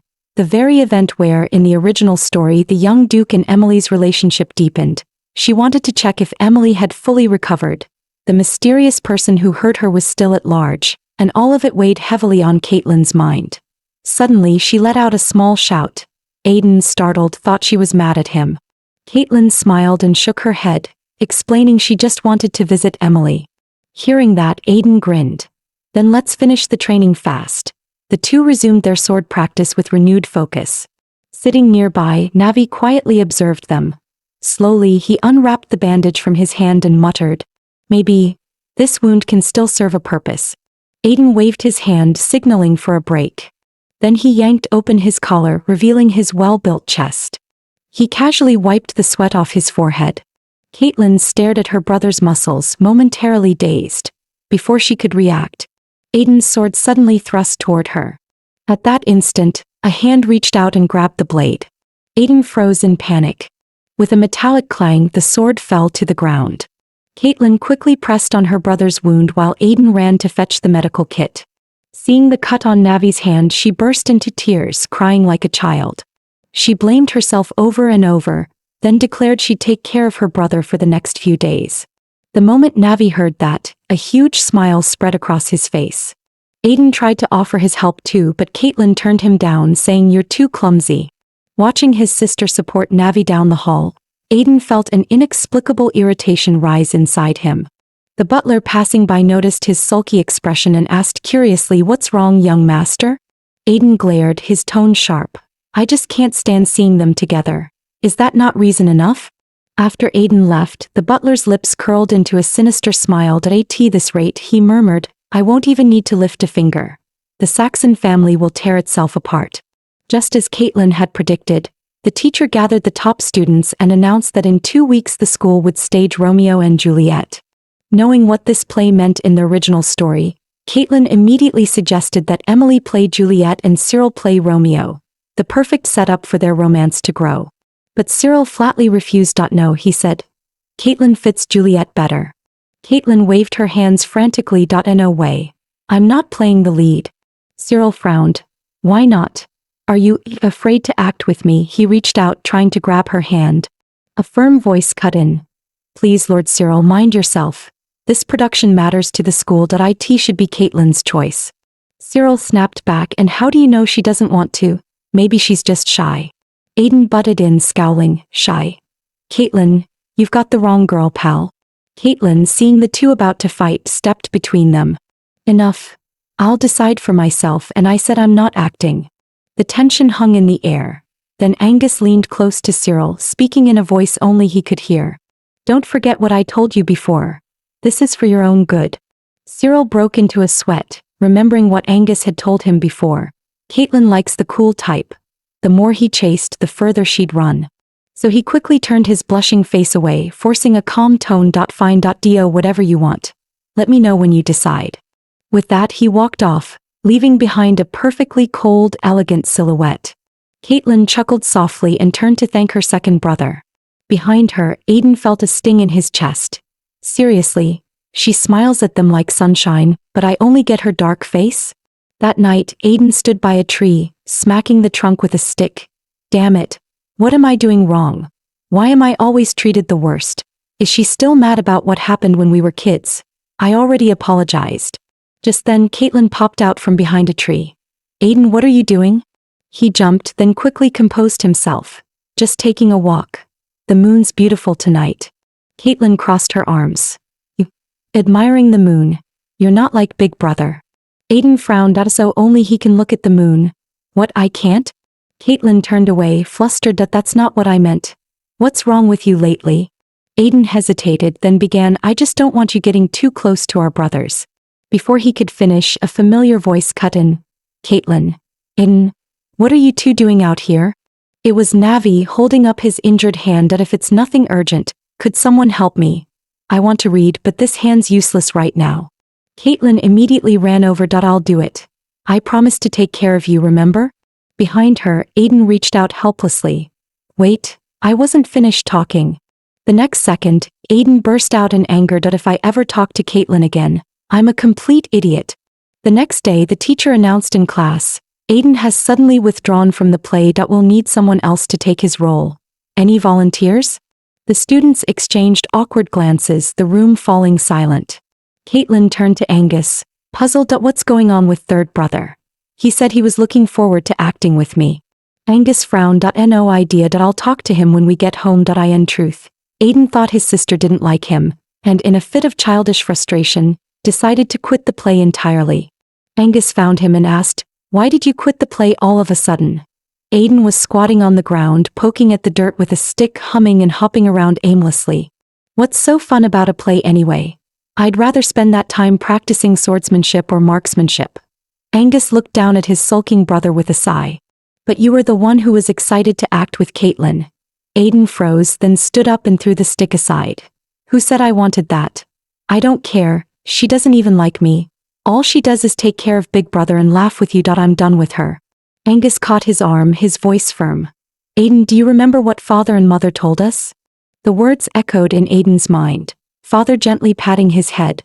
From today on, you're 5 years old. A little man now. Caitlin is your only sister and the future heir of House Saxon. No matter what happens, you and your brothers must protect her, stand by her, even if it costs your lives. Aiden snapped back, frowning. And what's that got to do with me being mad? Back when Caitlin used to cause trouble, we all got annoyed at her. You even said we didn't have to take father's words that seriously. But she's not the same anymore. Angus argued that she's changed for the better. Why shouldn't we keep our promise to her? Besides, when you say you don't like her now, it's not the same kind of dislike as before, is it? His tone grew serious. Remember this, Aiden, she's the sole heir of the Saxon family. One day, she'll become the Empire's first Duchess. The man she marries will be someone of the highest nobility. And us, we're just her brothers. Only her brothers. Aiden lowered his gaze, his heart aching a little. Got it, he murmured. That I'll go back and rejoin the play. That night, Caitlin was changing her eldest brother's bandages. She sighed softly as she looked at his wound, which still hadn't healed. What she didn't know was, he had been secretly tearing the bandages open every day, just to have an excuse to keep her by his side a little longer. When Caitlin finished and stood up to leave, her brother suddenly reached out and grabbed her wrist. She lost her balance with a small gasp and fell straight into his arms. He instinctively caught her, and the fresh bandages tore open again, blood seeping through his sleeve. Caitlin realized she had pressed down on her brother's injured hand and hurried to stand up. But her brother suddenly tightened his arms around her, holding her close. He opened his mouth as if to say something, when Angus suddenly walked in. Caitlin froze in her brother's embrace, then seeing her second brother, quickly jumped to her feet and ran out of the room in a fluster of hurried footsteps. Angus' face was dark as he closed the door behind him.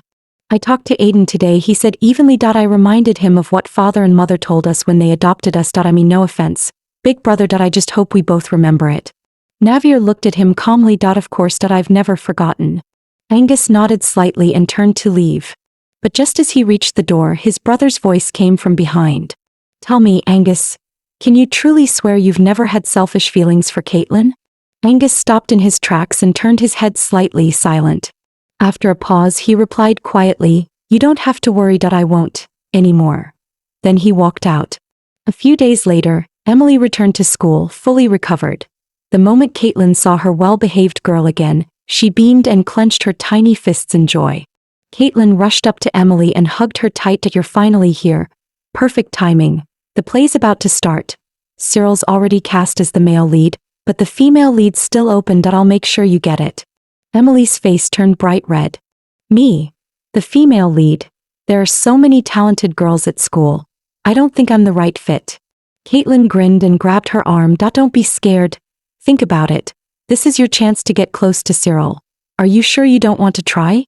Hearing that it was a way to be near Cyril, Emily clenched her fists and said firmly, I'll do it. Caitlin laughed heartily. Leave it to me. Just like in the original story, the teacher decided to hold auditions to select the female lead. Caitlin and Emily were placed in different groups, both winning match after match until they reached the semifinals. But during the semifinals, Emily advanced smoothly, while Caitlin was sabotaged by her rival, Josepha, suffering a facial injury and withdrawing from the competition. Josepha was soon exposed and disqualified, making Emily the final lead actress. Now Caitlin only had to follow the same storyline. Wait for the teacher to announce the audition and then pretend to be sabotaged by Josepha again. 2 days later, the school's audition for the lead role in the play finally began.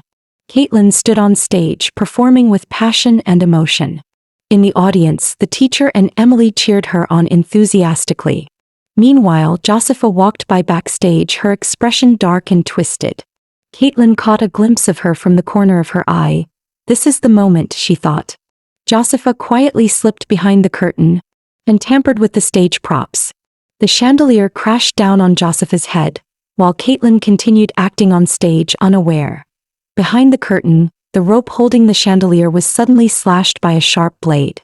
The heavy chandelier broke free, plunging straight toward Caitlin. She squeezed her eyes shut, whispering in her mind, "Please, don't let it hurt too much." Emily looked toward Caitlin in horror, then rushed onto the stage without thinking. The next instant, boom. The chandelier came crashing down, slamming into Emily as she shielded Caitlin with her body. At the hospital, Emily lay face down on the bed, her back wrapped in layers of bandages. The doctor smiled reassuringly. "It's just surface wounds. No broken bones. A bit of rest and you'll be fine." Caitlin thanked him, but the doctor chuckled. "By the way, weren't you the girl who came in for poisoning a few days ago? You're really unlucky, huh? Maybe you've got a bit of a jinx aura." Caitlin and Emily exchanged awkward glances, neither knowing what to say. The teacher looked at Emily lying face down on the bed and said gently, "You should rest for now. Caitlin will take over as Juliet in the play." Caitlin quickly waved her hands. "No, teacher, I can't play Juliet." She had only joined the audition to help Emily. Now that Emily was hurt and couldn't perform, the idea of taking her place made her feel terrible, like stealing something precious from her own daughter. Emily slowly lifted her head. "Don't worry, I'm really happy you're taking my role." She smiled softly. "And no matter what happens, we'll always be best friends. That will never change." Caitlin opened her mouth to protest again, but Josepha suddenly spoke up. Why don't I play Juliet instead? I completely understand how Caitlin feels. When your best friend gets hurt while competing with you, it's only natural to feel too guilty to go on. Teacher, please don't pressure her. Let me take her place." The teacher still looked hesitant, but when Caitlin saw Josepha trying to seize the chance, she instantly grew annoyed. Without hesitation, she agreed to play Juliet. "But teacher," she said firmly, "please investigate this accident thoroughly. I'm sure someone did it on purpose." She had tried to help Emily become the lead, but instead, Emily got hurt saving her and lost her chance to perform. Later, Caitlin asked the teacher to reopen the case. Yet the result came back. The stage crew had simply been careless. No foul play involved. Caitlin knew that couldn't be true, but without evidence there was nothing she could do. Ever since then she couldn't focus during rehearsal, her mind spinning with frustration. Why is Josepha's outcome different from the novel? She thought that she's the one who caused the accident.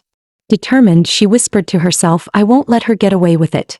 Maybe I can start with the stage crew, and if things get dangerous I'll take my third brother with me. He can handle 10 men at once." Her distracted look didn't escape Cyril's notice.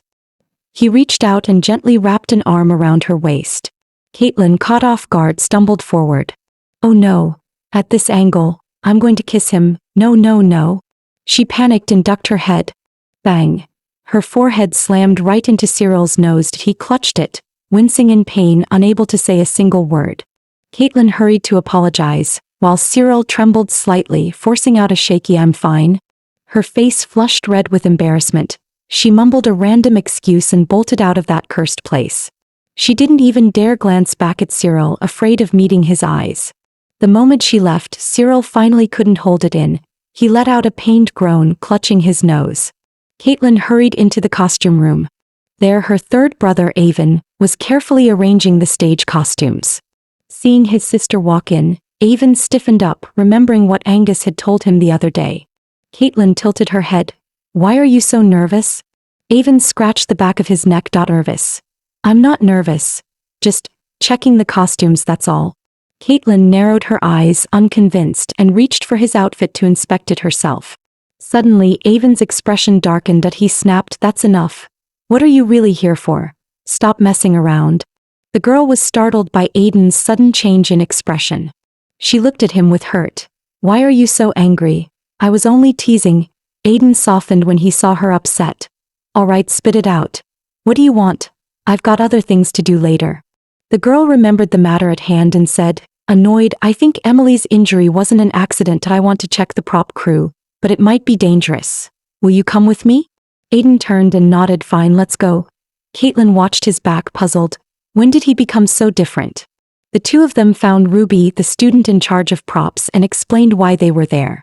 Ruby snapped, annoyed. "I already paid Emily's medical bills and apologized in person. What more do you want?" Caitlin asked Ruby to calm down and then explained her suspicions. Ruby kept jabbering and didn't seem to be listening. Even Aiden covered his ears. "She's so loud. Did you bring me here to knock her out?" Caitlin held her forehead. "Calm down first." Suddenly Ruby froze and finally realized something. "Wait, you said the rope was tampered with. You mean this accident was deliberate and it wasn't my fault?" Seeing Ruby finally react, Caitlin asked to see the rope. That Ruby zipped off and fetched it.